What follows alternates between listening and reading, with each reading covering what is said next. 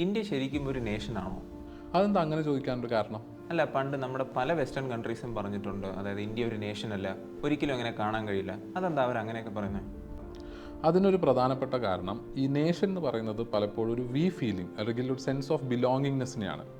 ഈ sense of belongingness or നമ്മളൊക്കെ ഒന്നാണെന്നുള്ളൊരു feeling വരാൻ ഒരേ ലാംഗ്വേജ് ഉണ്ടാവുക, അല്ലെങ്കിൽ ഒരേ റിലീജിയൻ ഉണ്ടാവുക, അല്ലെങ്കിൽ ഒരേ കൾച്ചർ ഉണ്ടാവുക എന്നുള്ളതാണ്.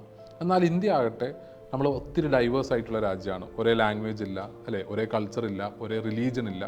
ഈ കാരണം കൊണ്ടാണ് വെസ്റ്റേൺ കൺട്രീസ് ഇന്ത്യനെ ഒരു നേഷനായി കൺസിഡർ ചെയ്യാൻ പറ്റില്ല എന്ന് പണ്ട് പറയാൻ കാരണം. പക്ഷെ അതിപ്പോഴും അങ്ങനെ തന്നെയല്ലേ? ഇന്ത്യക്ക് ഇത്രയും ഡൈവേഴ്സിറ്റി ഉണ്ട്, ബട്ട് സ്റ്റിൽ ഇന്ത്യ ഒരു നേഷനായിട്ട് തന്നെയല്ലേ കൺസിഡർ ചെയ്യുന്നത്?